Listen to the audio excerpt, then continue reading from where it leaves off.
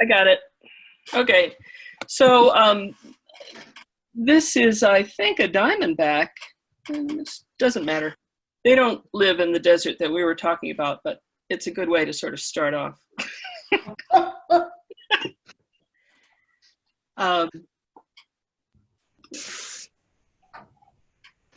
Hey, let's go back. Hey.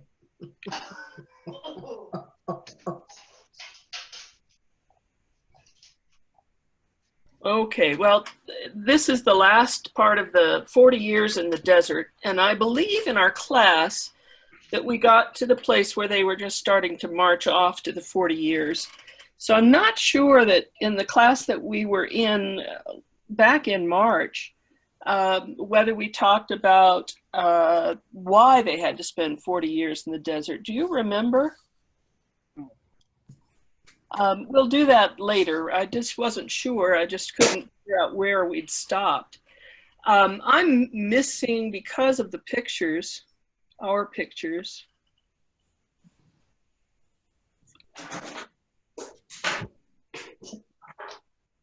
There, oh, no. That's better. So this story begins late in the 40 years in the deserts with the Israelites complaining to Moses about the same old food, manna. Now, if you had to eat the same food for 40 years, I have a feeling you might get bored with it. I get bored with my own cooking, and it's not necessarily the same food, you know, but still. But I think it may be that they're really upset that they have to go around a whole country called Edom, which is right at the bottom of Israel. They've decided to take the back way into Israel. They're getting close now. But they've not been given permission to pass through. And so people are complaining, maybe not really about this, but maybe about that. But they're probably just talking about the manna anyway. So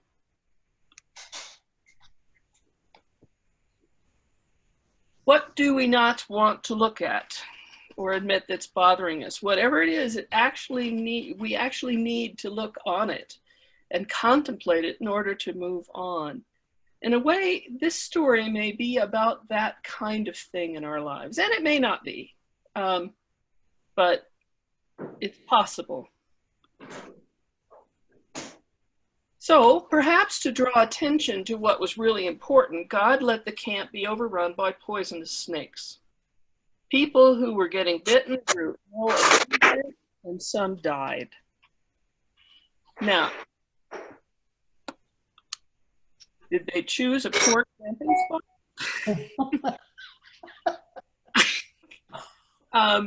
I had a home on a peak of the Missouri, looking over the Missouri River across from Jefferson City.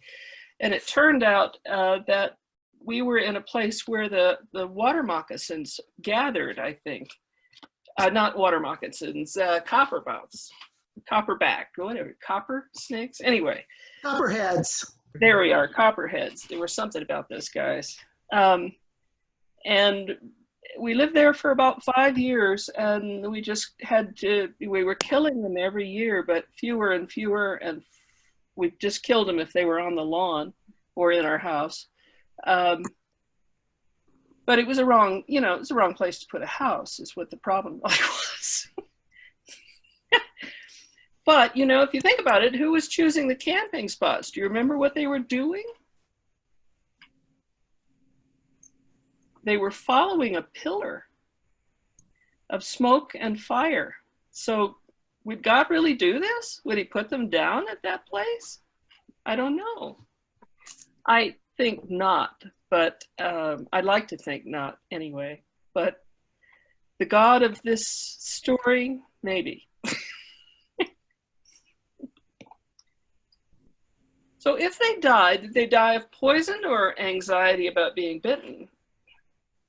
Our Western black rattler has about a 10 to 20% mortality rate among those bitten who do not receive antivenom. So he's not what you'd call a deadly poisonous snake. But there's a bit of neurotoxin in the venom that can affect the heart. And so if you're really anxious about being bitten by a snake, that could change your positive outcome to a negative one if it was a diamondback rattler. So the people who died may have died, in a sense, from lack of faith, which is a hard way to go, actually. I'm not, anyway. So the leaders of the tribes ran to Moses and asked him to speak to God for them. And they said, I know we've been grumbling about you and about God, but we're sorry. And please help us heal our loved ones from the snake bites. So Moses prayed to God, and God said, have metal workers fashion a bronze serpent to fit around the top of your staff, and have the people who've been bitten gaze upon this metal snake. Now this is a child's hand, and the snake bite is right there on the finger, and probably that hand is not swollen all that much normally. But if they do this, they're going to get better. So Moses soon had a snake made of bronze on his staff, which he set up near the tent of meeting. And so they would bring their people to be sure to see it. And this is what you kind of get, is this maybe motif that if you really look at the problem, kind of see it for what it is, then maybe the solution is there. Maybe that's behind this story. Maybe not. So the people gazed upon it and began to recover. And they might have recovered anyway. But, so if there was nothing magic about the bronze snake, what could have made them better?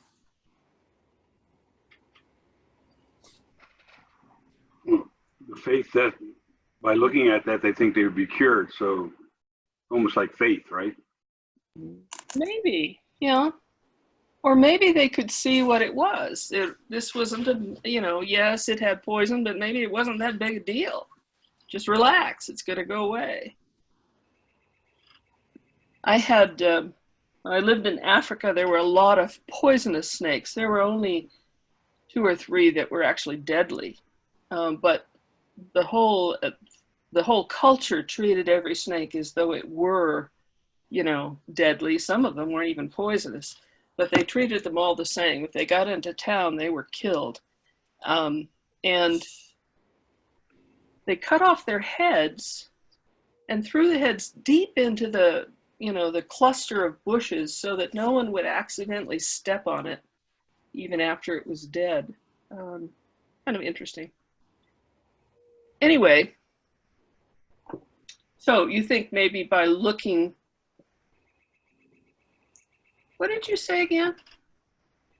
Well, I said, looking at the snake, it was like faith. Like, oh, if we look at the snake, it's going to cure us. That's what we were told. So, What's the matter? to me, it's like faith almost, Mm-hmm. almost the same thing, like, about God and everything, have faith in him and he'll heal you. Right. And actually, there's a lot to that. When I was a chaplain, I had a unit, and I would walk into the various rooms in that unit. And I could tell almost immediately, as soon as I crossed the threshold, who in there had faith and who did not, by the anxiety, by the level of anxiety. It's just kind of neat. Good thing. This is a symbol of the 2 snakes. It's a modern symbol for medicine, but it comes from the Greek. But you kind of wonder if this story might have, if this symbol has deeper roots because of this story. There's also the idea of kind of a tree and a snake that was there long before Hebrewism was there, or the Hebrew people were organized. And it was may have actually stood behind the snake and the tree in the garden, and particularly the woman being sort of caught up by that snake, because apparently that had something to do with medicine, and women were the healers at that time, way before the Hebrew Bible was written.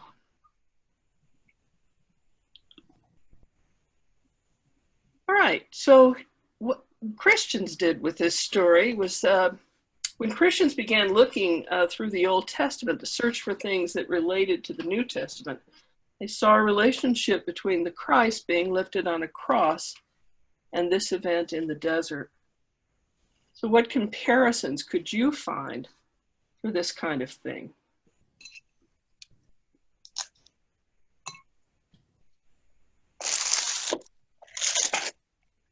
Can you go back to the picture of the staff, Moses' staff with the snake? Say it again.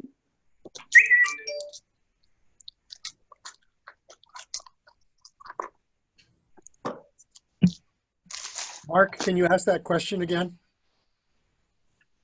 Can you go back to the image of Moses' staff with the snake so we can think about that? It's interesting that I think among the pictures that we could choose, there are staffs that do not have a cross and still have a snake on it. And then there's staffs with a cross, which is actually the influence of the Christians on this story, I think. This doesn't.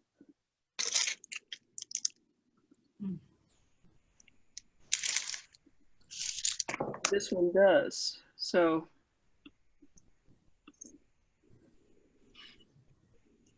okay, so we went back to the picture.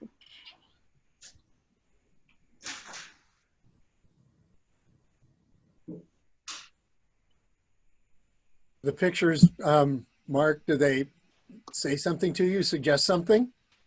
Well, that's why I wanted to come back to this, because I thought I saw the cross, the way that there was. There is, I think. But what Mary just said seems to imply that there was some revisionist history when the Bible was written to somehow, perhaps, when they're making pictures of it, that they're being influenced by the New Testament story of the crucifixion, and so therefore they paint this. Maybe his staff really wasn't this way. I have a feeling his cross staff didn't have a crossbar at all. What's that? I bet you his staff didn't have a crossbar at all. But Yeah. This is all sort of postmodernism, if you want to call it that. But what we have is a living thing that is lying on a stick. Whether that living thing is dying or whether it's the being... living thing is actually made of bronze in this picture. Okay? This is not a real snake.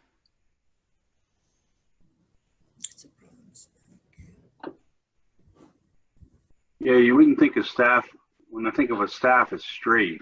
I wouldn't think it would look like a cross at all. Mm-hmm.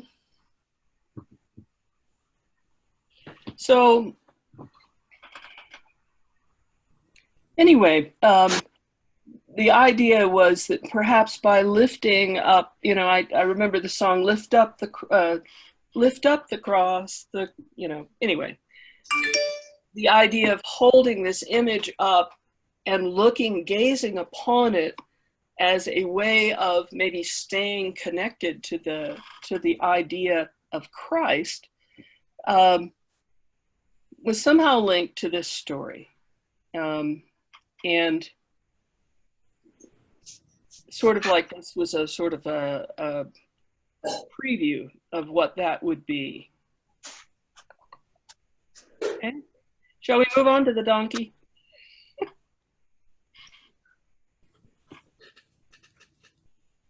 Well, one thing that I was just a little confused about is the snake is often a metaphor for Satan in the Garden of Eden. It is. We're comparing Christ to Satan.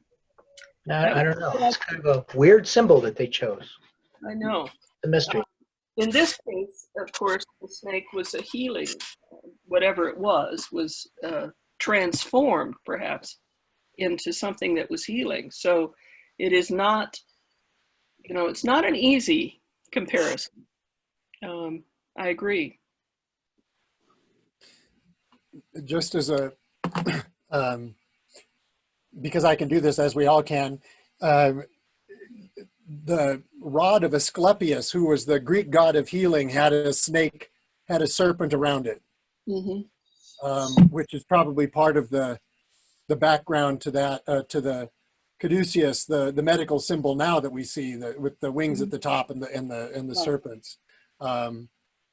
So not so sure about why the serpent. Yeah, was that before? I mean, in the history, would that would have been before the Greeks, right? Well, it was Greek. It was one of the Greek gods. Well, yeah. What I meant is compared to when they were in the desert. Is that time period the same? When the 40 years that they were in the desert, was that comparable to the same time frame that's in Greece at that time? I think this would predate it, but go ahead. Well, what I was going to say is, of course, there's the story of the wanderings, and then there's when it was written down. And when it was written down, was at the end of the sort of the Persian period, beginning of the Greek, or sort of in the Persian period. So, the Greek gods were around at the point when the story was written down. So did they adopt that as part of what was going on? Did they? I don't know. It's just that there wasn't a stenographer there wandering around following the pillar. Now we turned left. Right. Keeping a log. So. I'm just looking here. In honor of Asclepius, a particular type of non-venomous snake was often used in healing rituals. So there you go. You could think too, that snakes also, if you don't think about the venomous ones, but even bull snakes and things like that, like we have roaming around in Cherry Creek State Park, they keep down rodents and they keep down vermin. So they could have been seen as sort of preventative of negative influences like rats and all these other kinds of things. So hard to say. I have several friends that just the sight of a snake would endanger them, I think. They're very, very, do not like him very much. Let's go to the donkey. He's cute.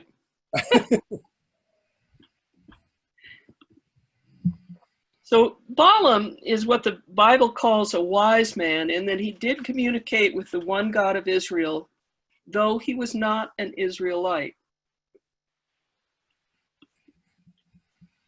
And while he could hear what God wanted, he did occasionally disobey, which all of us do, actually. In one case, it turned out that his donkey was wiser than he. This is the donkey from Shrek, by the way. When the horde of 50,000 Israelites passed near the borders of Moab, King Balak decided to use his powers, the powers of Balaam, to protect his kingdom from being overrun. So this is the Dead Sea here, and this is where Moab traditionally was, and there's a peninsula that's kind of identified with it. Just across away would be Israel, but Israel doesn't exist yet. It's the land of Canaan. King wanted Balaam to direct the curse toward the Israelites in return for a large amount of money. God told Balaam he could not do this using God's power because these were God's own blessed people. So he just simply couldn't curse the people.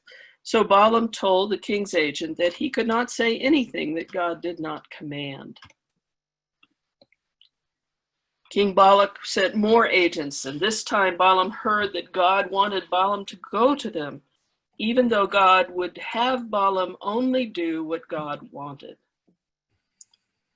So Balaam would love to do the opposite. He would love to curse them and take the money, but as it is, he can't. Now the donkey Balaam was riding owned a purer heart than Balaam. He could see an angel was blocking his way. So the donkey turned into a field, and Balaam beat the donkey until he returned to the road, and he did after the angel was gone. And then an angel appeared in the road. In order for the donkey not to touch the angel, the donkey squeezed his rider so close to a wall that Balaam scraped his foot on the bricks. Balaam beat his donkey to express his anger then, too.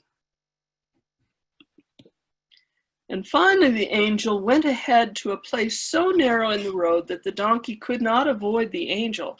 And this time, the donkey lay down, and Balaam took a stick to the poor donkey. And then the Lord opened the mouth of the donkey to speak, and the donkey said, What have I done to you that you have struck me 3 times? Well, you made a fool of me. Now, personally, if the donkey were speaking to me, I'm not sure I'd answer, but anyway, you made a fool of me. And if I had a sword, I would kill you right now. Have I ever done this to you before? Responded the donkey. And Balaam replied, No. And then God opened Balaam's eyes so that he could see the angel. Please notice the depiction here. The angel has a sword. These early angels were quite militant.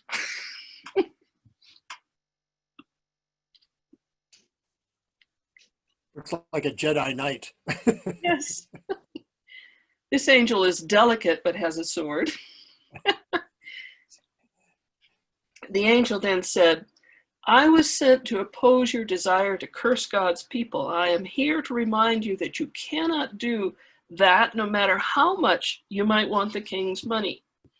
Your donkey saved your life. Why have you struck him 3 times? I would like to kill you with my sword for that and let him live. This may be the first recorded message from heaven about being kind to animals.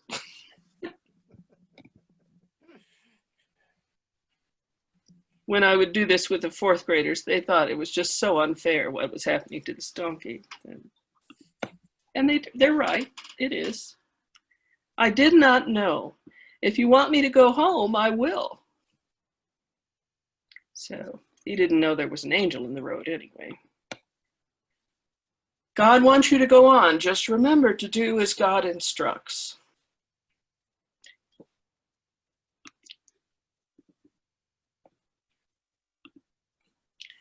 So when he arrived, King Balak took Balaam to the mountain that overlooked the approach of the Israelites. And the king made an elaborate sacrifice to God and then instructed Balaam to curse them. Balaam responded, How can I curse whom God has not cursed? He does it in a couple of paragraphs, a poem actually, in the Bible. So the next day, Balak took Balaam to another mountain overlooking the night's encampment of the Israelites, and the king made elaborate sacrifices and again asked Balaam to curse the Israelites. And Balaam said, See, I've received a command to bless. How can I revoke it? God who brings them out of Egypt is like the horns of a wild ox for them.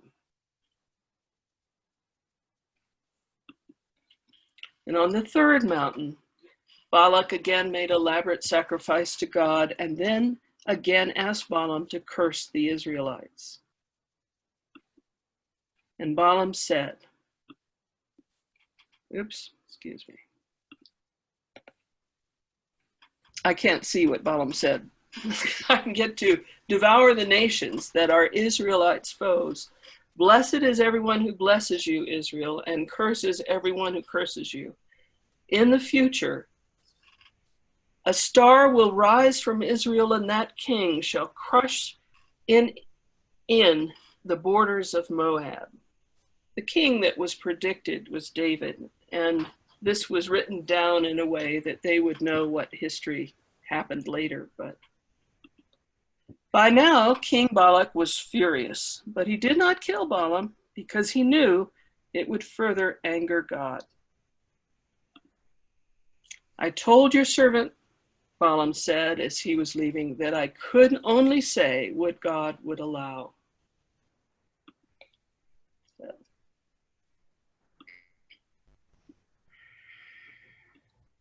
How many of you know the story or knew this story before we did it or knew of the donkey?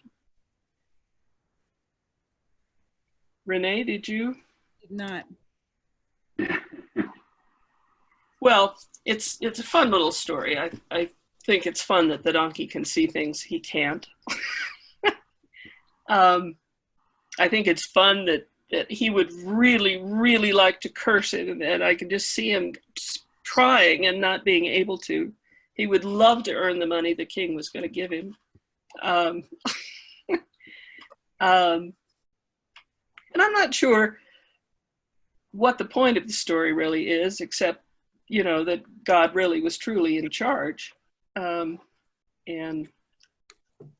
Balaam was sensible enough to know that, no matter what his desire was, to do otherwise. What other message could you get out of that? Always listen to God. Yeah. You know, would have been easy to, you know, if he offered him a lot of money, or, you know, Balaam didn't know if he was going to be killed or not, you know, but he still listened to God. Yeah. Yep.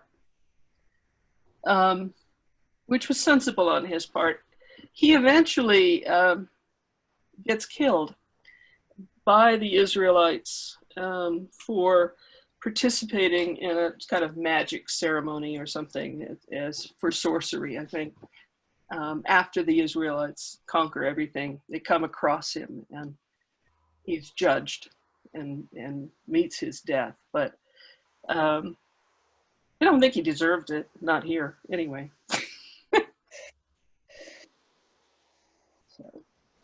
Well, those are just the two stories. Next time, we'll look at why they ended up staying in the desert 40 years, and then begin with Moses' death and the transfer of power to Joshua. Okay? Mary, this is still Exodus, right? We're in these stories came from Numbers, actually. Numbers chapter 10. 21 and chapter 22 to 24. So, and there are other, I'm just doing narratives, more or less. We're not doing the laws. They're so much fun. But we're just sort of looking at the narratives, and so that's it. They're good stories. They are. Yeah. They are. Good stories. They are our stories. They're our heritage, and many of us don't know what they are. Mm-hmm. I think one of the things about Balaam, and the classic way of putting it is Balaam and his ass, but the story about Balaam and his donkey is, you know, how often do we beat the messengers, you know, who are trying to do us good, right? Right. The donkey was doing nothing except trying to prevent harm, you know, from Balaam from coming to harm. And Balaam just kept beating him, you know. So how often do we, you know, shoot the messenger, to use that other language, you know, whether it's Antonio Fauci or our regular physician or our tax accountant, or, you know, whoever wants to tell us the stuff that we don't want to hear, we discount them. Or our spouses. Oh, never. Yeah. You know, so I think that there's that part to this story too. And Mhm. Is, Very- is there, Go oh, I'm ahead. sorry. Is there any truth that because of the Adam and Eve and the snake, that's why we're so deathly afraid? I know I am of snakes. Is there any truth to that? I've heard that a couple of times. I have heard, we were talking about it when I was coming through some education courses about how much is programmed into our, we have lots of animals that are just purely programmed and they're born knowing how to, do everything. So how much was it for human beings? And so in experimenting with that, they would show pictures to 4-month-olds and watch for their reaction. And in a certain percentage of 4-month-olds, having never seen a snake, they would react and cry at the picture of a snake. So, Interesting. so I think that was I found that kind of interesting.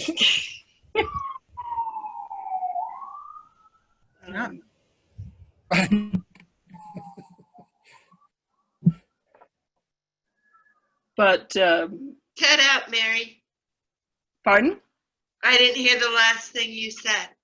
I said they would show a picture of a snake to a 4-month-old baby, to several 4-month-old babies, and a very high percentage of them who had never seen a snake and had no reason to,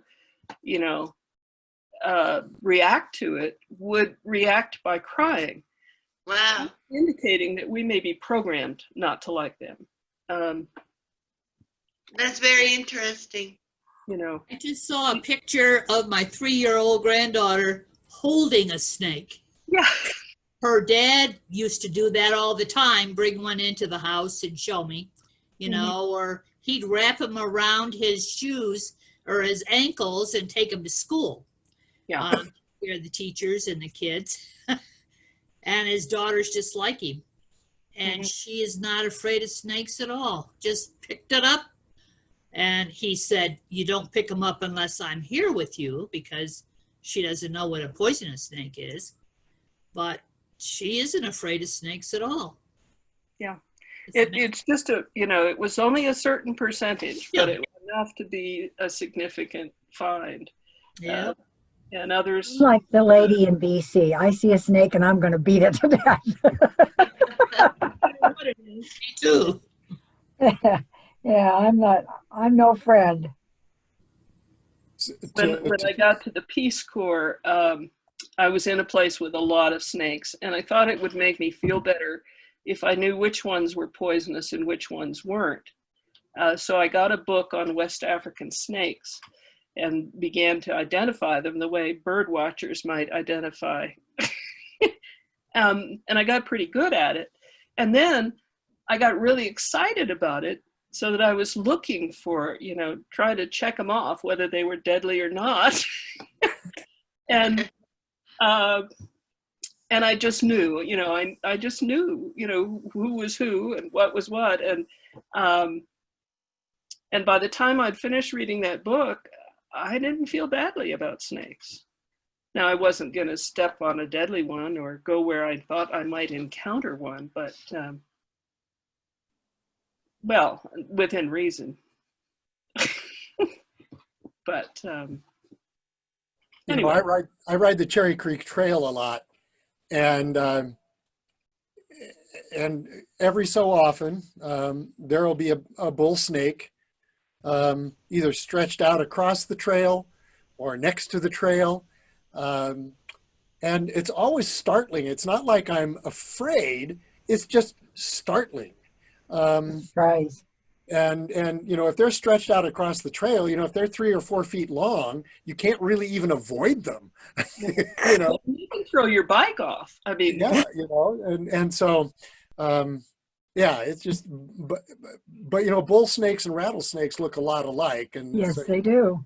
yeah, so that there is that sort of cautionary feeling, but you quickly learn to look at the far end from the head and decide right. what's on that. Is anything rattling? Yeah. They're just air sunning themselves.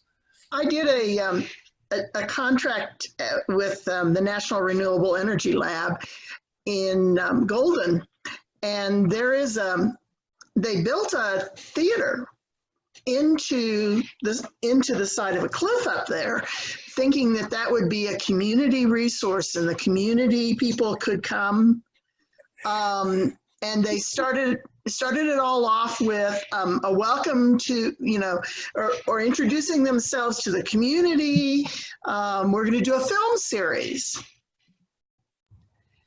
And people got a really spooky feeling about things crawling on them.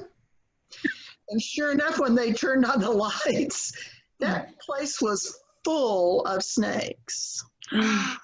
Rattlers. Rattlesnakes. Well, up there, it could very well be rattlers. It was full of rattlesnakes. Now Yeah, they it are could be full of rattlers. they are not, that particular variety of rattlesnake is not terribly poisonous. It's not going to kill you.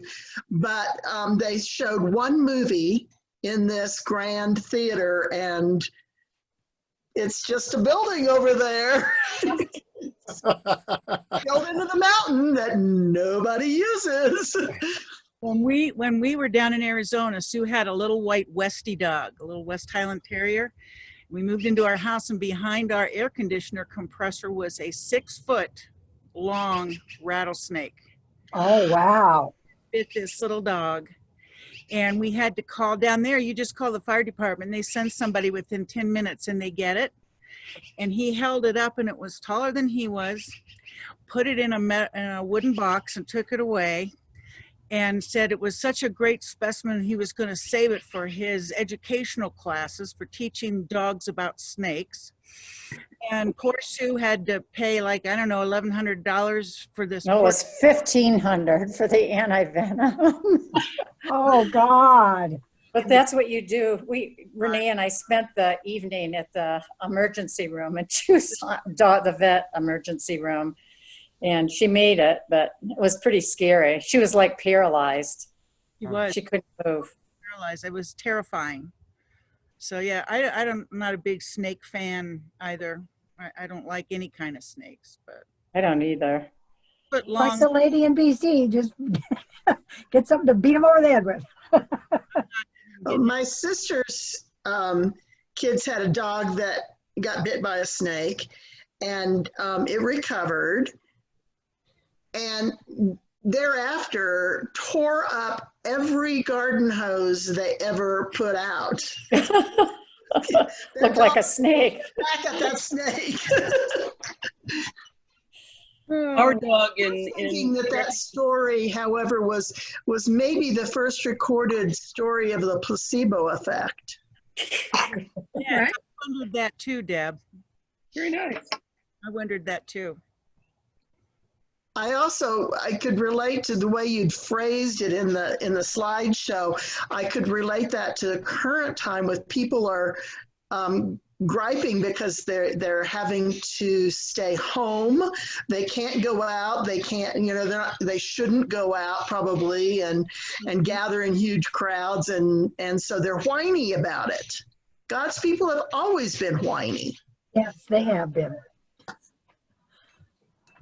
The other thing, though, it also would be, if God really did cause them to camp in that terrible location, it was kind of shock them into realizing what's most important. And that also sort of, I think, parallels our experience. We realize that we really do like having, a chance to have dinner with our kids and to talk. And, there are lots of things I think we have, the sky cleared of pollution.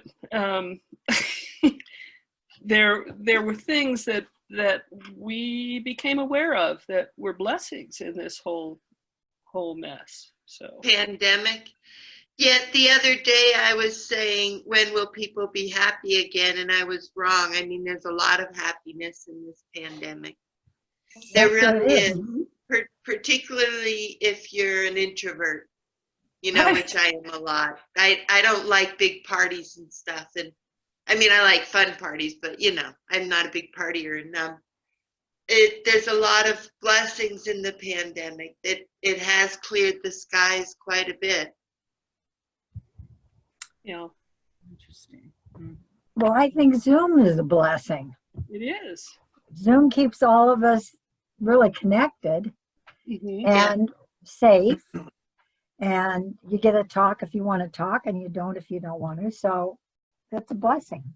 We're going to have my brother-in-law passed away a week or two ago. I'm And sorry.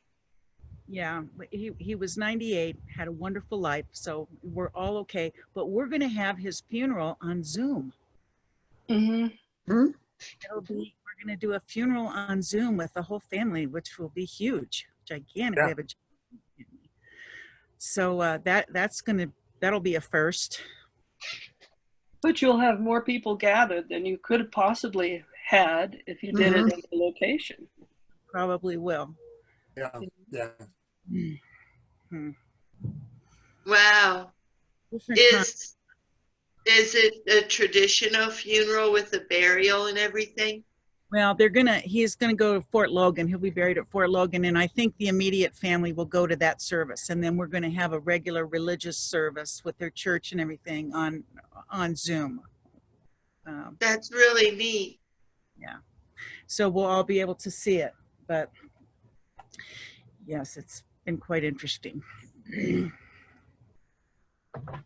So I don't I know. love the service at Fort Logan that my brother had, because Bishop Cal was a chaplain to the Navy, and so my brother served in the Navy, and that was an added plus. And it was very appropriate for my brother. It was very nice, and obviously we did have a religious service there for him, as well as the presentation of the colors. But it's a nice place to be. It is. It's beautiful out there. Yeah.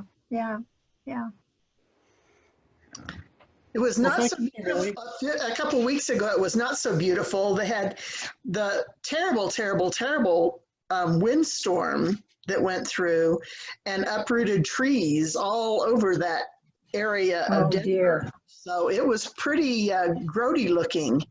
Oh, Yeah. Hmm. I didn't know that. Wow. Well, my brother isn't in a place where there are trees yet. He's passed due recently, so But there were a lot of a lot of branches that stones. blew over in there. It was a mess. I didn't know that.